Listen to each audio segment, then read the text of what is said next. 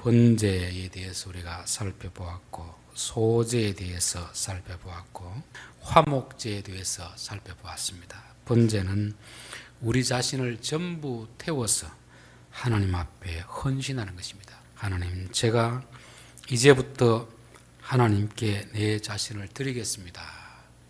소제는 하나님이 우리에게 베푸신 은혜를 감사하는 예배라고 했고, 화목제는 이제 하나님 앞에 죄 용서를 받은 사람은 하나님과도 화목하고 사람과도 화목하는 그런 삶을 살겠다는 다짐입니다.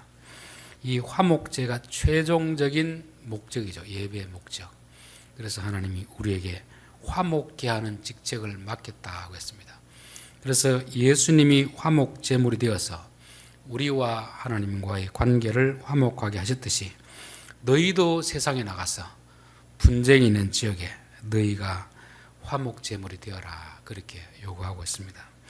자, 오늘 4장부터는 속죄제, 속건제, 죄에 대해서 나오는데, 사실은 이건 예배 가장 처음에 언급해야 되는데 이제 구원받고 나온 사람들에게 중요한 문제지만 이 뒤로 이렇게 미루어둔 것입니다.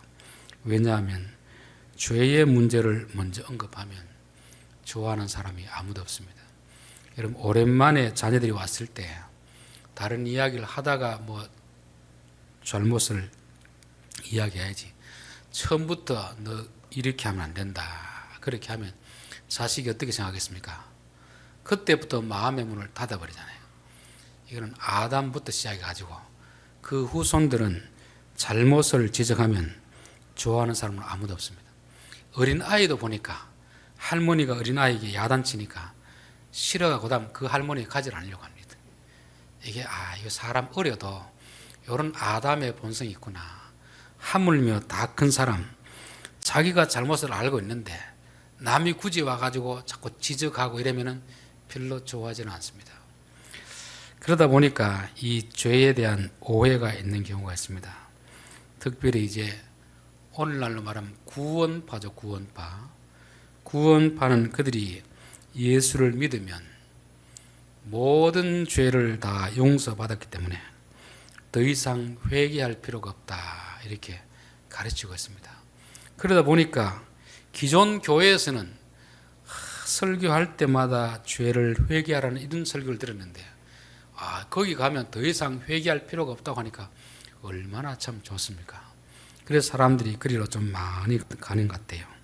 그런데 그것이 성경의 가르침이라면 얼마나 좋겠습니까?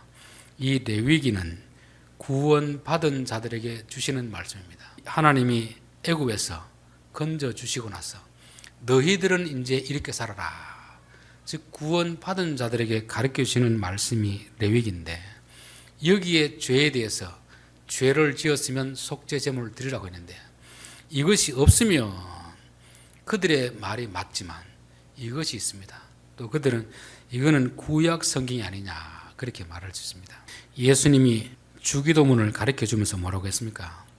우리가 우리에게 죄 지은 자를 용서해 주신 것처럼 우리의 죄를 용서하여 주옵소서. 왜 그런 기도를 가르치겠습니까? 예수 믿고 나서도 여전히 죄를 지을 수 있고, 죄를 지었으면 회개를 해야 되기 때문에 그런 길을 가르쳐 주신 것입니다. 그런데 예수 믿었으면 회개할 필요가 없는 것이고, 회개를 한다는 것은 구원받지 못한 것이다, 이런 이상한 논리를 펼치는 거죠. 또 그들이 따르고 있는 것이 영지주의입니다. 영지주의. 육체와 영혼은 분리된다. 영혼은 선하고 육체는 타락한 것이다, 악한 것이다. 그래서 육체로 지은 것은 죄가 아니라고 하는 것입니다. 영혼으로 지은 죄라야 지은 죄지, 육체가 지은 죄는 죄가 아니라고 하는 것입니다. 우리가 남을 한 대 때려놓고도 내가 때린 것이 아니고 이 손이 때렸다, 이 말도 안 되는 논리를 펼치는 것입니다. 여러분, 음행을 하면은 우리 몸이 하겠습니까? 마음으로 음행한 생각이 들어서 몸으로 옮기겠습니까? 결국 몸으로 음행한다는 것은 마음에 음욕이 일어나니까 하는 거지, 마음에 아무런 음욕이 없는데 몸이 가서 그런 건 하지 않거든요. 이 논리는 아주 맞지 않는 지극히 비상식적인 것입니다. 듣기는 좋은데 우리를 지옥으로 인도하는 그런 가르침입니다. 이게 도덕 폐기론자들의 주장입니다. 예수 믿었으면 더 이상 회개할 필요가 없다. 내 마음대로 살아도 된다. 이런 가르침들, 이게 의외로 교회 안에 보면 좀 많이 들어와 있습니다. 또 그 반대 주장이 뭐냐면은 율법주의자죠. 율법주의자. 예수 믿어도 죄를 지으면 지옥 간다. 그런 주장입니다. 저는 예수 믿으면, 진짜 믿은 사람들은 죄를 지었다고 지옥 가지는 않습니다. 왜냐하면 하나님께서 그냥 두지 않거든요. 징계를 가하십니다. 회개하도록 하십니다. 그럼에도 불구하고 끝까지 회개하지 않는 자는 그 사람은 예수 믿는 사람이라고 볼 수가 없는 것입니다. 그래서 우리가 죄를 지었다고 지옥 가는 것은 아닙니다. 그렇다고 죄를 함부로 지으라는 말도 아닙니다. 우리가 죄의 용서를 받았으면 죄를 안 짓기 위해서 몸부림을 치는 것이 성도들의 삶이라는 것입니다. 미국에서 교회를 개척해서 큰 교회로 부흥시킨 그런 교회가 있습니다. 구체적으로 이름은 들지 않겠습니다. 그분이 교회를 개척하기 전에 먼저 그 지역을 쭉 다녔습니다. 왜 사람들이 교회를 안 나갈까? 미국은 90%가 기독교인이거든요. 그런데 실제로 교회 나가는 사람은 한 50% 되려나 그건 잘 모르겠습니다. 왜 안 나갈까? 설문조사를 다 해봤습니다. 다 해가니까 교회 가니까 날마다 죄 회개하라고 해서 그거 듣기 싫어서 가기 싫다는 것입니다. 그래서 이들이 설교 중에서 이걸 듣기 싫어하는구나. 이들은 뭘 듣기를 원하는가? 좀 돈 잘 버는 비결, 복 받는 비결. 그래서 이분이 그 컨셉, 그러니까 교회 설교의 방향을 그렇게 잡았습니다. 교인들이 신하는 건 다 빼고 교인들이 듣기 좋아하는 것만 하는 것입니다. 그러니까 사람들이 많이 몰려왔습니다. 부흥은 했는데 이분이 한 은퇴할 때쯤 돼서 자기가 인터뷰를 했습니다. 저는 사람 모으는 데는 성공했지만 예수님의 제자 만드는 데는 실패했습니다. 그렇게 했습니다. 그런 이야기를 보면 교회는 여전히 죄의 문제를 다루어야 되겠구나. 듣기 싫어해도 이 문제는 다루어야 되겠구나. 여러분, 우리 몸에 암이 있으면 어떻게 됩니까? 듣기 싫더라도 암이 있다고 이야기를 해줘야 되잖아요. 그리고 그걸 제거해야 된다고 말해줘야 되잖아요. 제거해야 되는데 괜찮습니다. 암이 있어도 그냥 두면 없어지거나 하겠죠. 이런 식으로 말하는 것은 환자들이 듣기에는 좋을지 몰라도 그 사람을 죽음으로 내모는 것입니다. 그래서 성경에는 죄의 문제에 대해서 지속적으로 우리에게 이야기하는 것입니다. 그래서 우리는 이 죄의 문제를, 이게 쌓이면 하나님과의 담이 생겨버리거든요. 빨리 조금 할 때 자꾸 이렇게 허물어 가는 게 좋습니다. 그래서 하나님 앞에 나와서, 하나님, 지난 한 주도 혹시 내가 알지 못하고 지은 죄가 없습니까? 하나님은 미쁘시고 어로우사 자백하면 용서를 해준다는데 우리는 자백을 안 하는 것입니다. 자꾸 변명하고 핑계대고 이런 것이 있습니다. 하나님은 우리의 죄를 지적해서 벌하려는 것이 아니고 고쳐가지고 더 이상 큰 벌을 받지 않도록 미리 예방하는 차원에서 말씀하기 때문에 이 속죄제라는 것은 대단히 중요한 것입니다. 믿는 사람들이 죄를 지으면 어떻게 되겠습니까? 믿는 사람이 지옥 가는 건 아닌데 하나님과의 관계가 깨어져 버립니다. 창세기 16장에 보면 하나님과 아브라함이 15장에서 언약을 맺습니다. 언약이라고 하면 오늘날 우리로 말하면 결혼식을 하는 거예요. 결혼식. 그러면 아브라함이 하나님만 믿고 따라가야 되는데 덜컹 하갈이라는 여자를 취해가지고 아이를 낳아버립니다. 오늘날로 말하면 남녀가 결혼을 하고 나서 남편이 부인이 원하는 걸 해주지 않으니까 딴 남자하고 바람을 피우는 것입니다. 그때가 아브라함이 86세인데 99세까지 하나님과 결별 상태다. 결별 상태. 말도 없고 아무런 말이 없는 것입니다. 왜 그랬겠습니까? 그들 사이에 죄가 들어오니까 그래 된 것입니다. 여러분, 부부 사이도 마찬가지 아닙니까? 부부가 아무리 사이좋게 지내더라도, 그렇게 사랑해서 결혼했더라도 결혼하고 나서 남편이나 아내 쪽에서 외도를 했다든지 그런 죄를 지으면 둘 사이에 같이 잠자리에 있어도 서로 남남이 돼요. 남남. 원수가 되는 거잖아요. 둘 사이에 장벽이 생기는, 장벽. 마음의 장벽이 생기는 것입니다. 그러면 둘이 살아도 사는 게 아니잖아요. 서로 보기 싫은 사람하고 같이 있으면 그건 지옥이지 그게 천국이 되겠습니까? 빨리 잘못을 뉘우치고 회개하고 용서를 받아야 다시금 이전의 상태로 돌아갈 수 있는 것입니다. 그래서 우리 신앙생활에서도 죄의 문제는 참 중요한 것입니다. 시편 51편에 보면은 다윗이 하나님 앞에 처절하게 회개하는 장면이 나오고 있습니다. 밧세바를 범하고 나서 1년 동안 그냥 지나갔습니다. 그러니까 이게 그냥 지나가는구나 싶었는데 나단 선지자를 보내가지고 지적했습니다. 그때 저희가 통렬하게 회개하면서 하나님 나 버리지 마십시오. 나에게 정한 마음을 주십시오. 나 주님 앞에 쫓아내지 마십시오. 구원의 즐거움을 회복시켜 주십시오. 그러니까 죄를 짓고 나니까 하나님이 다윗을 버리는 건 아닌데 하나님과의 관계가 단절되어 버리는 거죠. 기도를 해도 기도가 되지 않습니다. 아무런 즐거움이 없습니다. 여러분, 죄 짓고 나면 들키든 안 들켰든 간에 즐거움이 있겠습니까? 없겠습니까? 즐거움이 없으면 늘 피해 다니는 거죠. 어떤 사람들은 죄를 짓고 나서 경찰은 안 걸렸는데 나중에 자수했다는 그런 이야기가 있습니다. 왜 그러냐면 자기는 다녀도 보통 사람들이 자기를 다 잡으러 오는 것 같기 때문에 이럴 바에 자수하고 말겠다 싶어가 자수하고 벌을 받는 그런 사람이 있습니다.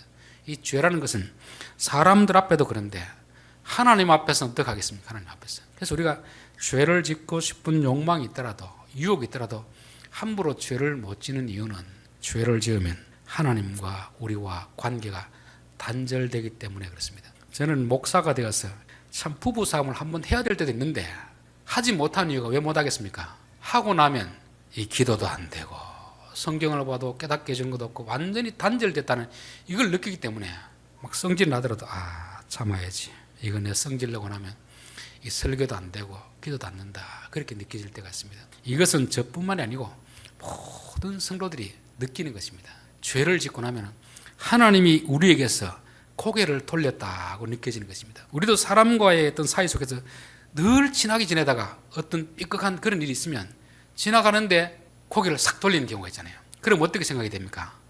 저 사람과 내 사이에 뭔가 문제가 있구나. 뭔가 저 사람이 섭섭해하는 부분이 있구나. 그러면 빨리 가서 풀어야 됩니다. 내가 뭘 잘못했습니까? 잘못한 게 있으면 이야기해 주십시오. 그래야 다시금 풀어지는 거지. 그냥 둔다고 없어지는 게 아니잖아요. 야곱이 형님 속이고 나가지고 20년 세월이 지났으니까 이제는 다 잊어버렸겠지. 그렇게 생각하고 살다가 막상 돌아오려고 하니까 어떻습니까? 또 형님의 생각이 탁 가로막는 거잖아요. 죄는 시간이 지나간다고 없어지는 게 아닙니다. 빨리 해결하면 해결할 수 좋은 것이 죄인데 자꾸 미루다 보면 회개도 기회를 놓쳐버리면 못하게 되는 거잖아요. 그렇죠? 그렇다고 없어지는 게 아니고 계속 있게 되는 것입니다. 죄라는 것도 세상 사람들이 말하는 죄와 성경이 말하는 죄는 다릅니다. 세상 사람들은 주로 이제 도덕적인 죄, 윤리적인 죄를 죄라고 말합니다. 성경은 그것보다 더 본질적인 것이 하나님을 안 믿는 것을 죄라고 하는 것입니다. 그래서 요한복음 보면은 하나님이 보내신 이를 믿지 않는 것이 죄니라 했습니다. 죄. 여기 죄의 뿌리입니다. 죄의 뿌리. 즉 하나님을 인정하지 않기 때문에 하나님을 믿지 않기 때문에 이 뿌리에서 모든 죄가 나오는 것입니다. 그래서 세상에서도 보면은 제일 전도하기 힘든 사람이 뭐냐면은 나름대로 어렵게 사는 사람들이 있습니다. 나름대로 만나보면 저는 예수 안 믿어도 지금까지 남에게 해로운 소리 한번 안 해봤고 남의 것 조금도 손해보지 않았고 웬만하면 내가 베풀고 살았습니다. 이런 사람들은 참 예수 믿기 힘듭니다. 왜냐하면 자기는 죄인이라고 생각하거든요. 실질적으로는 그게 가장 큰 죄인데 하나님을 안 믿는 것이 가장 큰 죄인데 그거를 모르고 자기 나름대로 어렵게 사는 것이 그게 자기 의가 되어가지고 하나님을 못 믿는 것입니다. 그런데 어떤 사람은 술이나 먹고 사고나 치는 사람은 하나님 앞에 지은 죄보다 자기 가족들의 지은 죄가 많기 때문에 죄인이라고 하면 다 인정합니다. 그래 저는 맞습니다. 죄인입니다. 거기서 이제 하나님께 나가기 쉬운데 너무 어렵게 사는 사람들 자기 나름대로는 목사님 제가 교인들보다 훨씬 더 어렵게 삽니다. 이런 사람들은 정말 구원받기 어려운 사람입니다. 이게 죄가 뭔지 몰라서 그래요. 성경은 우리에게 하나님을 믿지 않는 죄가 가장 근본적인 죄이고 가장 본질적인 죄라는 것입니다. 우리 속담에도 불효가 백행지약이라는 말이 있잖아요. 자기를 낳아주고 길러진 부모에게 효도하지 않는 그 죄보다 더 큰 죄가 어디 있겠습니까? 살인죄, 간음죄보다 그게 더 큰 것입니다. 그 죄가 가장 크다는 걸 알아야 비로소 이제 다른 죄를 짓지 않게 되는 것이죠. 우리 창세기 12장을 보겠습니다. 12장 1절입니다. 여호와께서 아브라함에게 이르시되 너는 너의 고향과 친척과 아버지 집을 떠나 내가 내게 보여줄 땅으로 가라. 내가 너로 큰 민족을 이루고 내게 복을 주어 내 이름을 장대하게 하리니 너는 복이 될지라. 하나님이 세상 가운데서 아브라함을 불러냈습니다. 불러낸 이유가 뭐냐면 너로 큰 민족을 이루고 큰 민족. 큰 민족이라는 것은 영토가 넓고 인구가 많은 그런 나라를 말하는 게 아닙니다.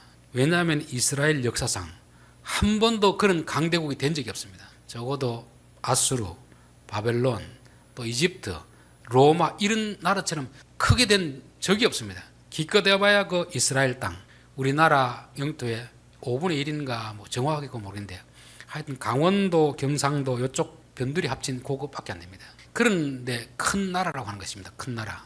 이 큰 나라는 영토라든지 인구가 많아서 큰 나라가 아니고 하나님이 통치하는 나라를 말하는 하나님 통치하는 나라.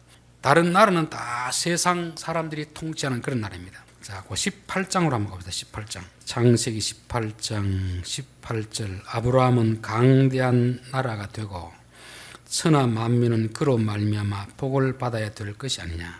내가 그로 그 자식과 권속에게 명하여 여호와의 도를 지켜 의와 공도를 행하게 하려고 그를 택하였나니.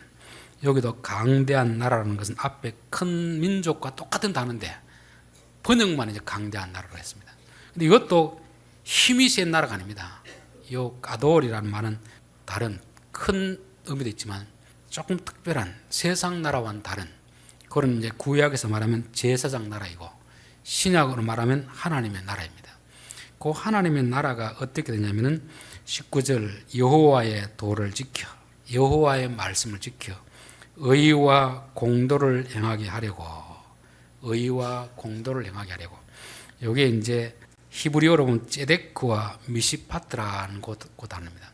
ጼ데크는 하나님의 의입니다. 하나님의 의. 우리가 스스로 착한 일을 해서 의롭다는 것이 아니고 하나님이 부르신 아브라함은 하나님의 의를 덧입혀 주는 것입니다. 내가 너희를 의롭게 해주겠다. 그래서 창세기 15장에 보면 그가 여호와를 믿으니 그의 의로 여기시고 즉 우리 예수 믿는 사람들은 하나님의 의의 옷을 입은 사람입니다. 우리가 의로운 행동을 해서 의로운 사람이 아니고 어린 양을 잡아서 우리를 의롭게 해주시는 것입니다.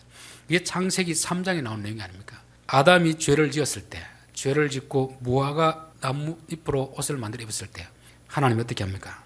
그 옷은 햇빛이 내리치면 다 말라버리니까 가죽 옷을 입혀주는 것입니다. 가죽 옷은 짐승을 잡아서 죽였다는 말이거든요. 그 옷이 바로 의의 옷입니다. 의의 옷. 요게 ጼ데크, 하나님의 의의 옷을 입은 사람입니다. 그 다음 미시파트라는 것은 정의라는 것, 정의. 너희들은 하나님의 의를 입혀주셨으니까 이제는 너희 마음대로 살아도 된다는 것이 아니고 이제부터는 하나님의 말씀을 따라서 의를 행하며 살아라는 것입니다. 의에는 두 가지 의가 있는 거죠. 하나님이 의롭다 여겨주시는 그 의의 옷, 그 가죽 옷을 입혀주시면서 너희들 이제부터 이 옷 더럽히지 마라. 이 옷이 더럽혀졌으면 깨끗이 빨아라는 것입니다. 그러니까 예수 믿었다고 죄를 다 용서받았다고 내 마음대로 살아야 된다는 것은 이는 성경을 반쪽만 하는 거예요. 반쪽만. 하나님이 왜 그를 선택했습니까? 가죽 옷을 입혀주시고 의롭다 하시고 너희들 이제 세상 사람과 다른 거룩한 삶을 살아라. 그게 미시파트입니다. 미시파트. 의를 행하며 살아라. 그렇게 한 것입니다. 그래서 계시록에 보면은 두루마리를 빠는 자들이 보기도다.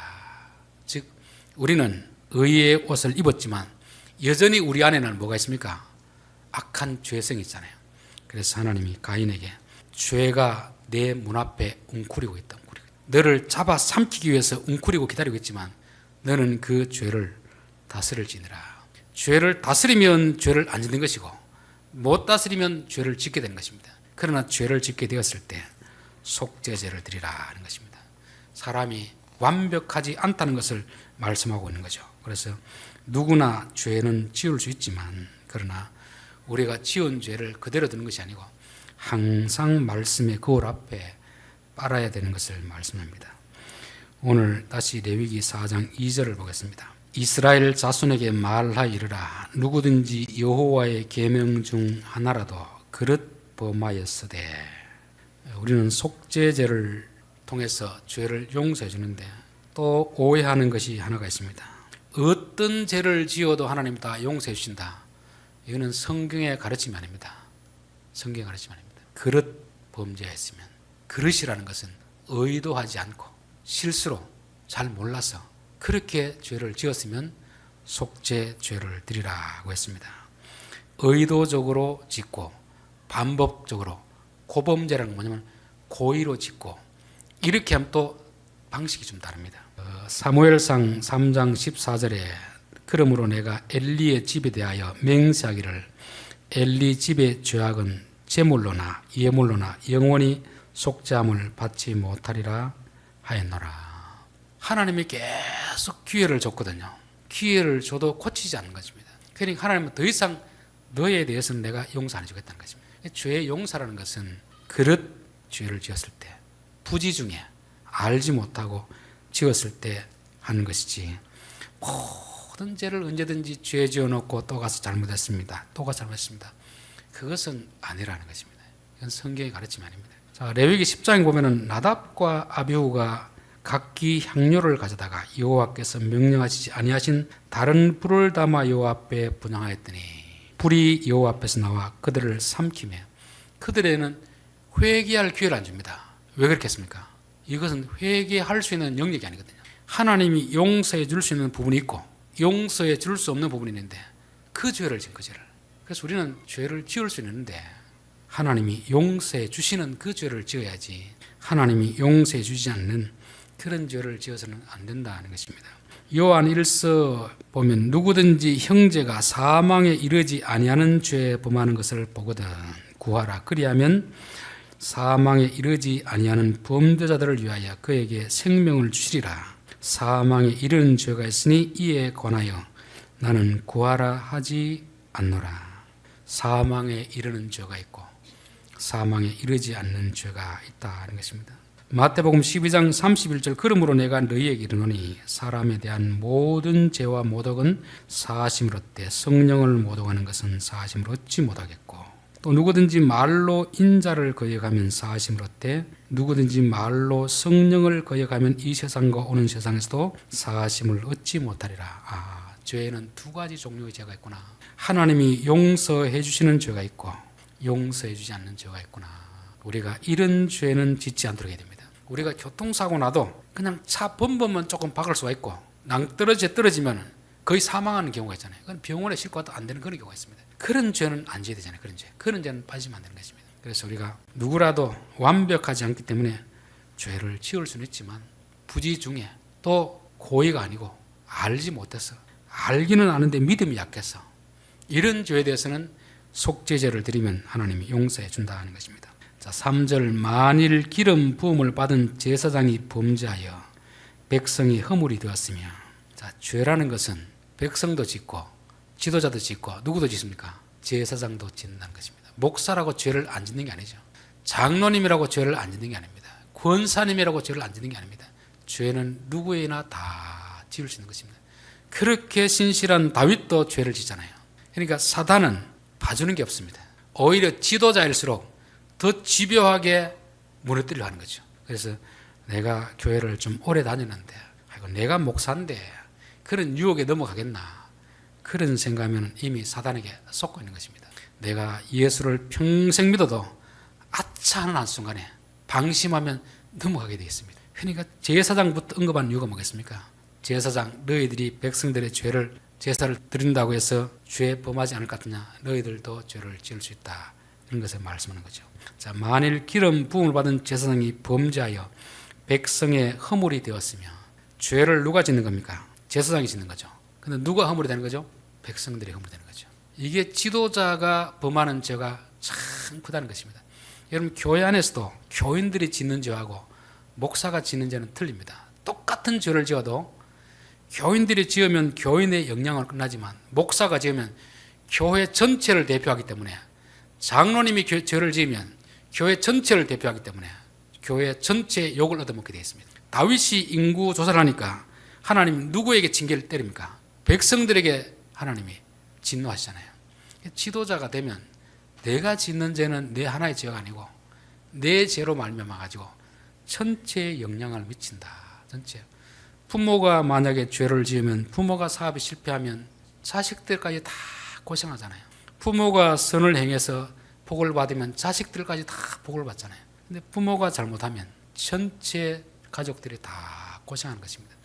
교회 안에서도 제사장이 죄를 지으면, 목사가 죄를 지으면 교회 교인들이 전체가 고통을 당하게 되는 것을 말씀하기 때문에 우리가 어떤 조직이든지 지도자일수록 죄의 유혹에 빠지지 않도록 남들보다 더 철저하게 자신을 매일매일 쳐서 복종해야 되는 것을 말씀하고 있습니다. 그래서 내가 지은 죄로 인하여서 가족들이 고통을 당하지 않도록 해야 되고, 내가 지은 죄로 인하여서 교인들이 피해를 당하지 않도록 늘 그런 생각이 됩니다. 물론 성경에서는 그 사람이 지은 죄에 대해서 그 사람에게 벌을 하지만, 그러나 공동체로 구성되어 있으면 그 한 사람의 지도자의 죄 때문에 밑에 사람이 전체적으로 영향을 받는다는 것입니다. 그러니까 항상 우리가 어떤 위치에 있으면 항상 우리가 죄를 짓지 않도록 그렇게 해야 되는 것입니다. 또 지도자가 죄를 지으면 백성들도 어떻게 생각하겠습니까? 장로님이 술 마시는데 우리 평신도들이야 뭐 이렇게 해야 할 수 있거든요. 그러니까 위에 지도자가 표준이 돼야 되는, 표준이 돼야 되지. 위에 사람들이 마음껏 자기 하고 싶은 대로 다 하고 이러면 밑에 사람들은 그야말로 그냥 다 따라하게 되는 것입니다. 이것 또한 밑에 사람들을 죄를 마음껏 지도록 그렇게 하는 것이기 때문에 참 조심해야 된다는 것을 말씀하고 있습니다. 자, 13절, 만일 이스라엘 온 회중이 여호와의 계명 중 하나라도 부지 중에 범하여 허물이 있으니, 부지 중이라는 것은 자기도 잘 알지 못하는 중에 의도하진 않았는데 이 죄인 줄 몰랐었는데 하고 보니까 죄입니다. 그러면 스스로 깨닫지 못하다가 그 범한 죄를 깨달으면 회중은 수송아지를 속죄제로 드릴지니, 죄를 회개하는 길은 내가 죄로 알아야 됩니다. 죄. 이건 죄, 이것도 죄인가 싶었는데 나중에 보니까 그건 죄인이라. 요럴 때 회개하라는 것이죠.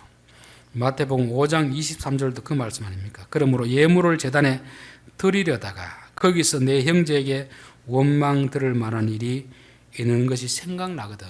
예배를 드리고 왔는데 나는 아무런 생각 없이 그냥 왔습니다. 근데 예배를 드리려고 고개를 숙이고 기도하는데 버뜩 그 생각이 나는 것입니다. 내가 한 어떤 말 때문에 누군가 상처를 받았을 거 아닌가. 원래 죄를 짓는 사람은 상대방이 그렇게 아파하는지 모릅니다. 상대방은 내가 한 어떤 행동이나 말 때문에 지금 속을 끓고 하나님 앞에 기도하고 있는데 나만 모르고 있는 거죠. 그때 하나님 앞에 오면 하나님이 너 그거 잘못된 것이니까 회개하라, 그렇게 깨닫게 해주는 것입니다. 저는 이게 제일 큰 복이라 믿습니다. 내가 죄를 지었는데 내가 깨닫지 못하고 남이 지적하면 기분이 나쁘잖아요. 성령께서 깨닫게 해주시면, 즉 내가 내 죄를 깨달으면 가장 큰 복입니다. 남이 말하면 듣기 싫거든요.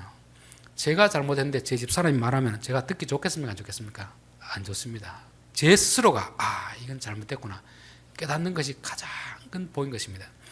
모르고 있는 것하고 알고 있는 것하고 천지 차이거든요. 우리가 어떤 잘못을 하면서도 남들은 계속 나에게 대해서 잘못이라고 하고 말은 안 하는데 정작 자기는 모르고 있다면 못 고칩니다. 근데 남이 말하기 전에 이건 내가 잘못된 것이다 깨달으면 이게 복이잖아요. 그래서 저는 교회에 와서 성경을 읽는다든지 설교를 듣는다든지 이럴 때 성령께서 저 말씀을 통해서 나를 고치라 하는구나, 이게 깨달아지는 게 큰 복이잖아요. 고치면 거기서 되는데 못 고치고 그대로 가면 이게 큰 위험에 닥칠 수 있거든요. 그래서 교회에 와서 깨달아지거든, 생각나거든, 이게 참 복입니다. 여러분 교회 와서 말씀을 듣다가 죄가 생각나면 감사할 수 있길 바랍니다. 내가 병이 있는데 의사가 가서 병이 있다고 말하면 얼마나 감사합니까? 그냥 놔두면 죽을 텐데 가르쳐 주면은 고칠 수 있잖아요. 그런 것처럼 죄가 깨달아지는 것이 복입니다. 자, 23절에 보면 그 범한 죄를 누가 그에게 깨우쳐 주며, 즉 내가 깨달으면 좋은데 내가 깨닫지 못해도 남들이라도 깨닫게 해주면 너희들이 와서 속죄를 드리라 하는 것입니다. 자, 우리는 앞에서 서론에서 말씀드렸다시피 책망하면 어린아이도 싫어합니다. 그럼 다 큰 어른에게 이거 이렇게 하면 안 됩니다, 저렇게 하면 안 됩니다, 그렇게 말해줘가지고 좋을 사람이 누가 있겠습니까? 자식들도 부모가 잘못을 지적하면 싫어합니다. 그런데 누군가에게는 그렇게 해주는 사람이 있습니다. 고마운 사람이죠. 잘못을 정말 사랑하는 마음으로 이야기해주면 그 사람이 얼마나 고마운 사람입니까? 그런데 우리는 오히려 막 성질 버럭버럭 내는 거잖아요. 너나 잘하지 왜 남의 일 참게 안 하느냐 이렇게 하잖아요. 이게 어리석은 사람입니다. 그러면 다음부터 그 사람에게는 더 이상 말해주지 않습니다. 누군가 우리에게 책망하는 사람이 있다면 그게 나를 비난하려고 하는 게 아니고 정말 나를 사랑해서 그거 좀 고쳤으면 좋겠습니다. 그럴 때는 비록 기분은 나쁘더라도 감사합니다. 감사합니다. 누구나 그렇게 말을 잘못을 지적해 주는 게 아니면 지적하는 게 얼마나 어렵습니까? 뻔히 보여도 그 사람이 받아들여서 고치면 좋지만 안 고치면 원수 되거든요. 그렇기 때문에 함부로 말을 못 해주는 것입니다. 그런데 누군가가 용기를 내서 나의 잘못을 말해줄 때 감사합니다. 감사합니다. 그렇게 하고 고치는 것이 참 복이라는 것입니다. 오늘 여기까지 하도록 하겠습니다.